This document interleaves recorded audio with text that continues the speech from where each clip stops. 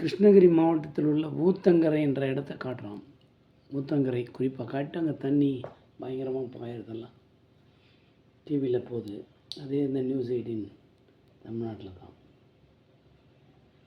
என்ன சொல்ல வரான்னா, ஒரே நாளில் 50.3 சென்டிமீட்டர் மழை பெஞ்சுது ஊத்தங்கரையில்.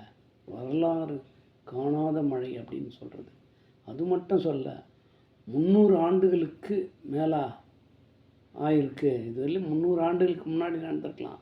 300 ஆண்டுகளில் இந்த போல் ஒரே ஒரு நைட்டில் 50.3 சென்டிமீட்டர் மழை பெஞ்சுதான் சரித்திரமே இல்லைன்ற மாதிரி காட்டும் கடந்த 300 வருஷத்தில். அப்போ எவ்வளோ பெரிய அளவு, அந்த சொல்லும்போது எவ்வளோ அதனுடைய தாக்கம் பாருங்கள்.